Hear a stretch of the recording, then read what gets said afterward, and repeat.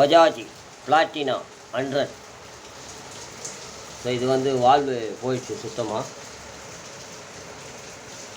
அருமையான வண்டி. வால்வுலாம் பார்த்தீங்கன்னா நல்லா திக்காக இருக்கும் அந்த வண்டியில்.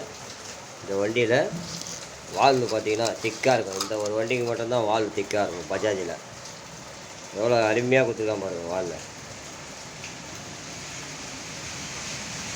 பார்த்தீங்கன்னா செம்ம திக்காக இருக்கும். இந்த ஒரு வண்டிக்கு மட்டும்தான். ஸோ நல்ல மைலேஜ் வரக்கூடிய வண்டி இது. ஃபஸ்ட் கிளாஸ் வண்டி.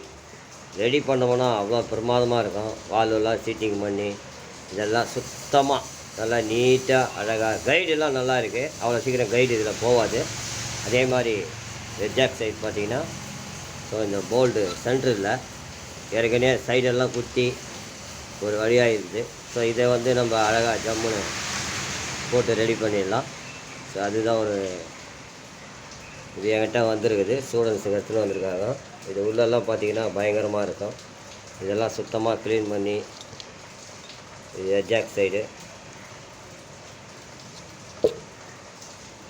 எல்லாமே ரொம்ப குழன்னு இருக்குது.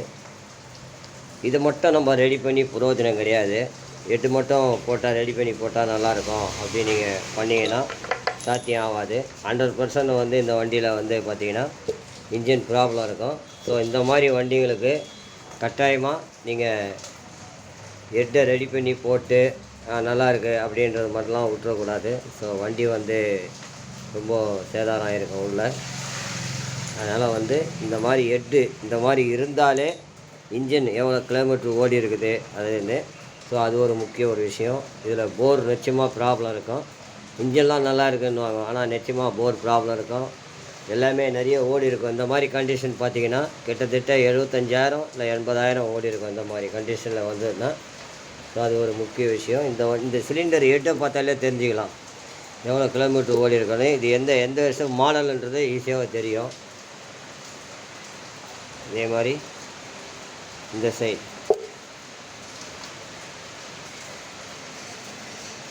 உள்ளே பார்த்திங்கன்னா வாசர் இருக்கும். இதே மாதிரி இந்த சைடு வாசர். இந்த வாசர் இல்லைன்னா லோ கம்ப்ரஸர் ஆகிடும்.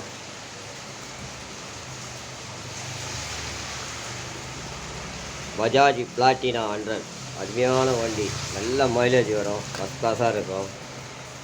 இதை ரெடி பண்ணுறது தான் இருக்குது. நம்ம இப்போ இதை ரெடி பண்ணி ஒரு தகவலை நம்ம பார்க்கலாம்.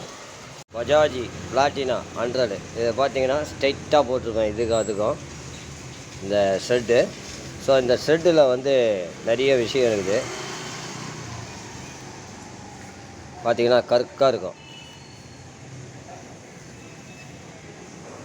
இதுதான் சர்ஜன் செய்யக்கூடிய ஒரு விஷயம். பஜாஜ் பிளாட்டினா 100 இது வந்து பார்த்திங்கன்னா சிலுவி நான் போட்டிருப்பேன் அருமையாக. ஏன் இந்த மாதிரினா இது வந்து ஏற்கனவே போட்டிருக்காங்க. ஸோ வந்து சரியில்லை. அதனால் சிலுவி பார்த்திங்கன்னா திக்காக போட்டிருப்பேன். இங்கே பார்த்தீங்கன்னா தெரியும் உங்களுக்கு. ஸோ இது உள்ளே நல்லா ஆழமாக இறக்கி அருமையாக பண்ணி பக்காவாக பண்ணியிருக்கோம். இதுதான் நம்ம ஷெட்டு போடக்கூடிய ஒரு விஷயம். அதே மாதிரி டென்னம் சைட் இந்த மாதிரி அழகாக ஜோராக போட்டோம்னா ஸ்ட்ரைட்டாக இருக்கும் ஷெட்டு பார்த்திங்கன்னா. இதுதான் நம்ம செய்யக்கூடிய ஒவ்வொரு விஷயம். எவ்வளோ டைட் பண்ணாலும் பிரச்சனை இருக்காது. என்கிட்ட வந்தால் பொறுமையாக இருக்கணும், இல்லைன்னா எடுத்துன்னு போடுன்றேன் நான். அவ்வளோதான். இதுதான் சர்ஜன்கிட்ட ஒரு விஷயம். ரொம்ப நுணுக்கமான வேலை இது. ஸோ அதே மாதிரி ஹெட்டெல்லாம் க்ளீன் பண்ணி வச்சுருக்கேன். ஸோ இப்போ வந்து அதே மாதிரி பார்த்திங்கன்னா இந்த டேப்பு இதுதான் அதுக்குண்டான. இது எல்லா வண்டிக்கும் யூஸ் ஆகிற எனக்கு டூல்ஸுங்க, ஷெட்டு, ட்ரில் பிட்டு எல்லாமே ஒரே டப்பாவில் வச்சுருப்பேன். ஸோ இந்த மாதிரி பண்ணி நம்ம அருமையாக ஜோராக பண்ணோம்னா ஃபஸ்ட் கிளாஸாக இருக்கும். கஸ்டமருக்கு அருமையாக கொடுக்கலாம். ஸ்டூடெண்ட்ஸ் இப்போ வந்து இது பிளாட்டினா 100 அருமையான வண்டிங்க. ஃபஸ்ட் கிளாஸ் வண்டி. வால்வெல்லாம் பாருங்கள் எவ்வளோ திக்காக இருக்குது. இதெல்லாம் இந்த மாதிரி தான் க்ளீன் பண்ணி ஸ்டூடெண்ட்ஸுங்களுக்கு கொடுக்கணும். அவங்களும் ஒரு கஸ்டமர்கிட்ட மாட்டும் போது அவங்களும் வந்து இந்த மாதிரி ஒரு வீடியோலையும் இருக்குது பார் சார் அப்படின்னு சொல்லுவாங்க. ஸோ அதெல்லாம் வந்து இந்த மாதிரி தான் க்ளீன் பண்ணணும். உள்ள அழுக்க இந்த மாதிரி இந்த அழுக்குங்களை க்ளீன் பண்ணி கொடுத்தா தான் அவங்க கொடுக்குற காசு நமக்கு சரிக்கும். சும்மா ஏனாத்தனமாக பான்பராக்கார மாதிரி நம்ம கொடுத்தோம்னா அது வேலை சுத்தப்படாது. அது ஒரு முக்கிய ஒரு விஷயம். சர்ஜன்கிட்ட வந்தால் இதுதான் வேலை. ஸோ இந்த வண்டியில் மெயினாக ஒன்று என்னென்னா, இது கொடுக்கும்போது என்கிட்ட அந்த தம்பி சொன்னாப்புல. என்ன சொன்னாப்புலன்னா, "அண்ணே எனக்கு வந்து இந்த சைலன்சர் ஷெட்டு பாருங்கண்ணே, அது போயிட்டுருக்குது" அப்படின்னாப்புல. பாருங்க, சும்மா ஜம்முன்னு இருக்கும். உள்ளே ஆழமாக இருக்கும். ஆழமாக போய் ஷெட்டு அண்ணாண்ட போகாது. ஏன்னா அந்த மாதிரி சிலிவு உள்ளே இறக்கிறார். சிலிவே டிஃப்ரெண்ட்டாக நான் போடுவேன் இதை. சிலிவே வந்து பார்த்திங்கன்னா விற்கிது. அந்த சிலிவு வந்து சாத்தியம் ஆகாது. இந்த சைலன்சர் ஷெட்டு வந்து சாத்தியம் ஆகாது. அதுதான் ஒரு முக்கியமான ஒரு விஷயம். ஸோ இந்த ஹெட்டை வந்து நீங்கள் பார்த்துருப்பீங்க, எப்படி இருந்தது, இப்போ எப்படி பண்ணியிருக்கேன் அப்படின்றத. இதுதான் என்கிட்ட க்ளீனிங்கு. என்கிட்ட அதாவது லேட்டாக பண்ணாலும் அதை கொஞ்சம் தரவாக செஞ்சு கொடுப்பேன். அதுதான் என்கிட்ட இருக்கக்கூடிய ஒரு விஷயம். என்கிட்ட அர்ஜென்ட்டு போடக்கூடாது. ஸோ அருமையாக ரொம்ப ஜம்முன்னு ஒரு, ஆனால் நல்ல மைலேஜ் வர வண்டிங்க இது. அருமையான வண்டி. வால்வுலாம் அப்போவே எவ்வளோ திக்காக கொடுத்துருக்கான் பாருங்கள். வால்வு பார்த்தீங்கன்னா திக்காக கொடுத்துருப்பான். ஆட்டோது மாதிரி வால்வு கொடுத்துருப்பான். அதுதான் இந்த வண்டிக்கு என்ன பண்ணோன்னா அதே தான் ஆட்டோவுக்கு கொடுத்துருக்குறான் இப்போ போஸ்ட்டுக்கு வண்டிகள்லாம். ஸோ அருமையாக இருக்கும் அந்த வண்டி. மைலேஜ்லாம் சொல்ல வேணாம், 100 கொடுக்கும் பெட்ரோல். அவ்வளோ சீக்கிரம் இந்த வண்டியில் வால்வு பெண்ட் ஆகாது. இதுதான் இந்த சொல்லக்கூடிய ஒரு விஷயம். இப்போ நம்ம வால்வை மாட்டிட்டு ஆயில் சீலை மாட்டிட்டு ஒரு தகவலாக பார்க்கலாம். எனி ஸ்டூடெண்ட்ஸ் இந்த மாதிரி எடுத்துன்னு வந்து கொடுத்தீங்கன்னா, என்கிட்ட டைம் கொடுத்தீங்கன்னா நான் அருமையாக பண்ணி தருவேன். அர்ஜென்ட்டு போட்டால் எடுத்துக்கிட்டு போயிடுன்னு சொல்லிடுவேன். என்கிட்ட ரேட்டு ஜாஸ்தியாக தான் இருக்கும், ஆனால் வேலை சுத்தமாக இருக்கும். அதே மாதிரி வால்வுலாம் பார்த்தீங்கன்னா ஒரிஜினல் வால்வு. நீங்கள் லோக்கல் வால்வு போட்டிங்கன்னா வண்டி வேலை செய்யாது.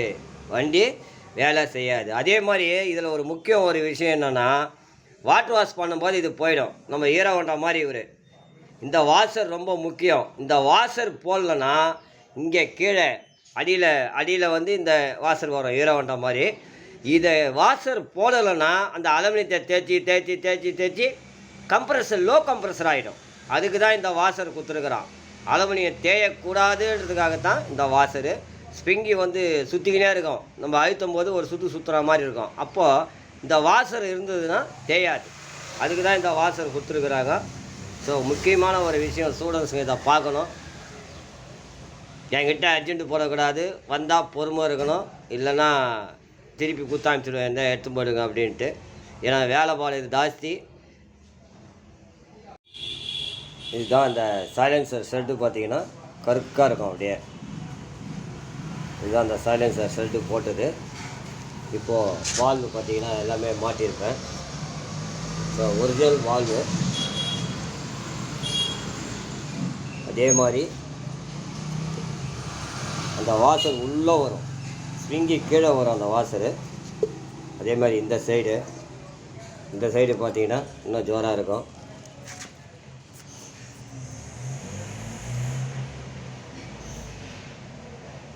platina 100 பஜாஜ். நன்றி.